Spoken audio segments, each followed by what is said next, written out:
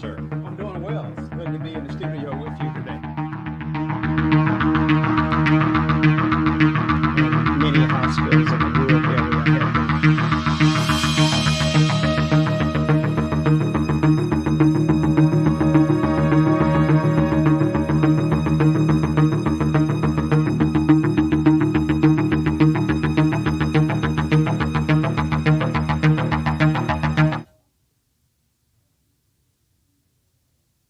Good afternoon, and welcome to We Believe Digital Newsbreak. We're glad you're joining us today in broadcasting live from our We Believe Digital studio in Jackson, Mississippi. And it's 80 degrees and rising here in Jackson, looking for a few showers probably this afternoon. And we've got several topics for discussion today, and we're glad that you're joining us. You know, our call-in number, if you do have questions or want to make comments, is 1-800-492-5186. We've got like a gem, this studio here in Jackson, maybe a somewhat hidden gem that we want people to know about. So you can bring your thoughts, your ideas, your visions into this studio and do podcasts, and we're just beautifully equipped for you, and we'd love to talk to you about that. And you can call that call-in number to talk about that at any time also. So my name is Chris Young, and I'm joined by my co-host, Mr. Socrates Garrett. How are you, sir? I'm doing extremely well, Chris. Good to be in the studio with you. Same here, sir. It really doesn't get much better than this. You know, why don't we start out on the very local level? You know, yesterday we had to speak about that Highland Park, mass shooting up there in Chicago, and lo and behold, there was a report that just surfaced last night about a 11-year-old boy shot in the back, 11 years old, out with his friends here in Jackson, shooting off some fireworks, and ends up taking a round in his back, and they say he's struggling for his life right now. It's just absolutely tragic what's going on in urban cities all across America. And of course, we focus on Jackson because this is home for us. Mm-hmm. And we are terribly disappointed with the response to the crime and the violent crime that is taking place here in Jackson. Chris, I believe we were rated number one murder capital of the world. And so that's a distinction that we do not want and do not need and cannot afford. Right. And, you know, everybody says, well, wait a minute, what about Chicago? What about New York City? But that distinction, as you called it, was that's based on a per capita. So that's the amount of murders per population, per the capita. And so that's what makes it, that's why we catapulted from about number 6 or 7 to number 1 last year. You got to keep your head on a swivel in Jackson. Things could pop off at any time. We're now over 70 murders so far this year, sir. Yeah, and Chris, the essence of the issue and the problem, we got to find the root cause of this crime, this criminal behavior in young African American males that are committing the bulk of this crime. We got to identify the root cause so that we can affect a solution to this issue. I don't ever hear anyone talking about the root cause of crime in Jackson, Mississippi. No. There was an article in the Mississippi Link last month. It did refer to it along the lines you're speaking. You know, crime is at the surface, but what's underneath the surface is what's really killing us. And you know, we got a couple of council people that are coming up with different ordinances. One of them is to penalize the parents. If you have a minor child, parent or guardian, you have a minor child that commits convicted of a shooting offense, they're going to penalize the parents through monetary fines and through possible jail time.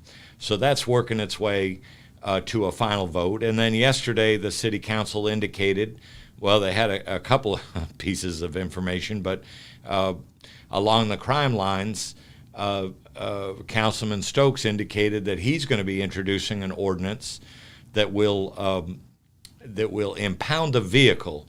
So if a drive-by shooting happens and the city of Jackson get a hold of that vehicle, that becomes the property of the city of Jackson. So they'll take the money away from that. But again, it's at the surface. It's not anywhere near the core of the problem. Yeah, it seems to me that our city council and our police department and those in law enforcement, all of the different agencies that we have here in Jackson, Mississippi, and we must have 7 or 8 law enforcement agencies. I mean, when you have Jackson Police Department, you got the Hines County Sheriff Department operating in here. You got the Capitol Police Department that are operating in Jackson. You got DEA that's operating in Jackson. You got ATF that's operating in Jackson.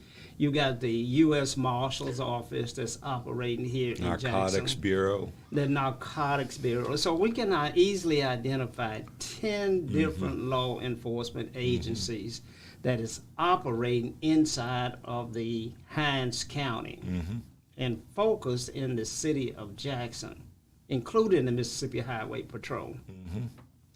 Now, with that many law enforcement agencies that are trained to fight crime, are we hearing anything from them as to what a solid plan would be to curtail this activity? Drips and drabs. There's little pieces of coming out, but you know what I am starting to notice? There are more and more community forums, and of course, this has to be the answer to engage the population more and more. I went to a men's retreat solely focused on this crime issue with young people. Maybe six or so weeks ago. I know last night the Restoration Church had a listening session where they wanted to have the members of the public come and just get their thoughts out there. So and so maybe there's some little bits and pieces here. Well, I think that we're on a slippery slope when we start to rely on the community to come up with a plan to fight crime. We have trained officials. This is what they do. They are supposed to come up with crime prevention methods and strategies that we can implement to address this problem. And I say it's a slippery slope because, as you mentioned, the city councilman Stokes introduced an ordinance that would require the police to impound the car of anyone that was involved in a drive-by shooting. Now that's like saying that the car was involved in the shooting and therefore we're going to take it. But impounding the car doesn't get to a crime fighting strategy. I think what it does, I think it creates more policies and programs that extracts wealth out of our community, as poor as we are. 40-some% of our population lives below the poverty line. And those kind of ordinances and strategies that extracts more wealth out of the community, in my opinion, exacerbates the problem. Right. Because poverty, I believe, is the root cause of crime. When you increase it, you're going to increase crime. Right. So if our council is listening, and if our mayor is listening, these ordinances, okay, it's some kind of movement, but what we're really waiting for the ordinance in this black city, 85% black capital city, Jackson, Mississippi. What we're really waiting for is the ordinance that mandates a much, much higher level of contracts for goods and services that go to black companies here in Jackson. Right now, it's somewhere in the, I don't know what's on the board exactly right now, but it's somewhere in the vicinity of 5% of contracts. If you can even wrap your mind around this, less than 5% of contracts for goods and services in an 85% black city are going to black businesses, are going to black contractors. The city and the state that does the state that does all the state agencies are right here in Jackson, or the majority of them, and lo and behold, they use white companies from outside the area to come into Jackson, and believe me, they take all those dollars with them. And so when you speak about another way to leverage money out of a poor city, it just that's what we're waiting for. That's the ordinance that we're really waiting for, to create a series, not just one, but a series of black economic engines that can restore the economics of this city and can restore pride in the city and give people some hope and a chance to move their lives forward, and not be, remove some of this desperation that I think is just part of the equation here. Yeah, I would agree. I would agree, Chris, that we gotta come up with the strategy and the ordinance that builds a strong black business class, because we believe that would fight the war on poverty. That's how you fight the war on poverty, by building a strong black business class in a majority black city. Now, because as you know, you see a lot of signs that on TV and cities calling for you to buy local. Right. It's very important to buy local. It's important in communities that are doing well to have the mindset that we want to buy local, because everybody knows what that means. But we don't have that in the mindsets of black elected officials. No. Never talk about the need for us to buy local in our community. And they certainly don't have the courage or the kahunas to say buy black.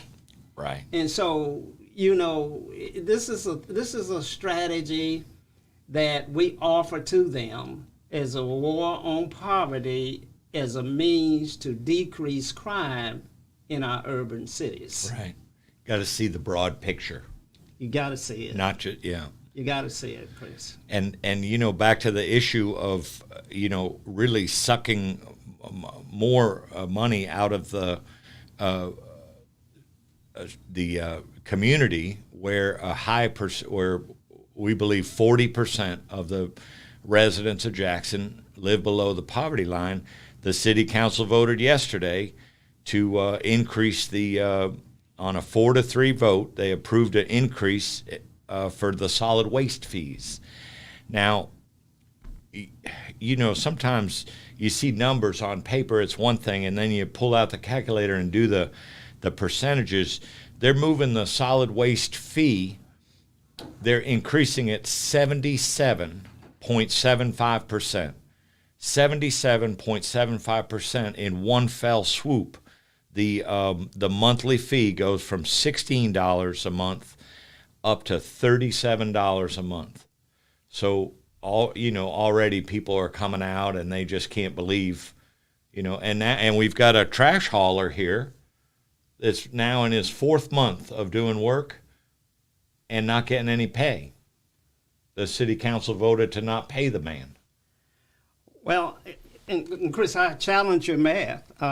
If it's $16 per month now and it's going to $37 per month. Oh, pardon. That's going to be in excess of 100% increase. I read the wrong line. It's from $20.84 a month to $37. Yeah, my bust. Okay, yeah. okay. Thank you. And so the deal is this: that you have all kinds of increased fees. Mm-hmm. You have an ordinance to impound cars and give towing bills, and then you got to pay to get your car out. Mm-hmm. You got increased tax rates that you've had tax hikes all through the year. We pay 8% sales tax in Jackson right now. Yeah. Because we have the 1% sales tax on hotels and food in the city of Jackson. So if you go into Madison, it's 7%, but in Jackson, it's 8 and maybe 9 in some places. Right. With all our property taxes and our tags are higher than any place else in the world. And we 42% of our population lives beneath the poverty level. Right. And we have the highest taxes and fees and assessments of any city in the country. All that spells trouble. Crippling. You can't sustain a house moving in that direction Right. for much longer. Right. Something has to give. Something's got to give. My granddaddy, who was not an educated man, didn't go to school at all, said to me as a young boy, I told him I wanted to be a businessman. He says, well, you got to make sure that your outgo is less than your income. I said, okay, Pops. I said, maybe as I got older, they should be teaching that in Harvard. The key to this thing is that your outgo can't be greater than your income. And this city is fledgling and on the brink of having its outgo significantly higher than its income. And if we don't see that, if our elected officials don't see that, if they're not screaming and calling for economic summits, and they're not calling for strategies, then I see a very brutal disaster upcoming. Yes, I hear you. Well, Mr. Garrett, we're getting ready to take a little a short break here. We'll get into some more topics when we get back. We hope you'll give a listen to our sponsors here and join us on the backside. Socrates Garrett ENT.com is a diversified firm specializing in recycled aggregates and crushed concrete. Socrates Garrett ENT.com's recycled materials provide the construction industry with significant economic and environmental benefits by recycling clean concrete rubble into M.Dot grade rock materials. Recycled aggregates and crushed concrete can be applied to driveways, road construction, bank protection, parking lots, general bulk fills, and more. By using Socrates Garrett ENT.com's crushed concrete products, anyone from homeowners to general contractors can help reduce landfilled concrete waste, conserve natural resources, and gain significant economic savings on materials and disposal costs. For more information, please call 601-896-0084 or visit us online at SocratesGarrettENT.com. The Mississippi Link is an African-American female-owned newspaper with a trusted voice that is highly respected throughout the city, state, and nation. Our motto, keepers of the knowledge for people who speak the truth, since 1993. Link significantly influences the thoughts, attitudes, and buying decisions of its readers. Call us at 601-368-8481 for your advertising needs. If you would like to receive a newspaper in the mail each week, our annual subscription is only $52 per year. That is only $1 per week for you to stay informed regarding many stories that you can only get in the Mississippi Link. Sign up today at themississippilink.com and click on Home Delivery. And welcome back to We Believe Digital Newsbreak. We're sure glad you're joining us. We've been talking about inside the city of Jackson, which is in the poverty situation, the crime issues going on here, and the thought process, it appears, by the leadership that wants to focus on issues that are on the periphery. They're not focusing on the core issues, and Jackson is in Hinds County, Mississippi, and I was just saw a report, Mr. Garrett, once again, embezzlement. I mean, it seemed like a lot of embezzlement going on in Mississippi for such a church-going Christian. They say more people go to church in Mississippi than anywhere else in the United States. But every other time you turn around, you got embezzlement. This time by the indicted by a grand jury, the director of the Hinds County, director of administration for Hinds County, embezzling $15,000 on credit cards. My goodness, what do you? I mean, when is this stuff ever going to stop? Well, it's not. Again, Chris, the poorer you are as a state, the higher the corruption is going to be. Mm-hmm. It's the same thing that we were talking about in the city. The poorer you are as a state, the higher corruption is going to be in the state. Makes sense. And so Mississippi as a whole falls in the same bag and the same parameters of Jackson. That's just that Jackson is a urban city, 85% black, and Hinds County may be 80% black as well. Mm-hmm. And so we get a lot of focus on that from the news media. Mm-hmm.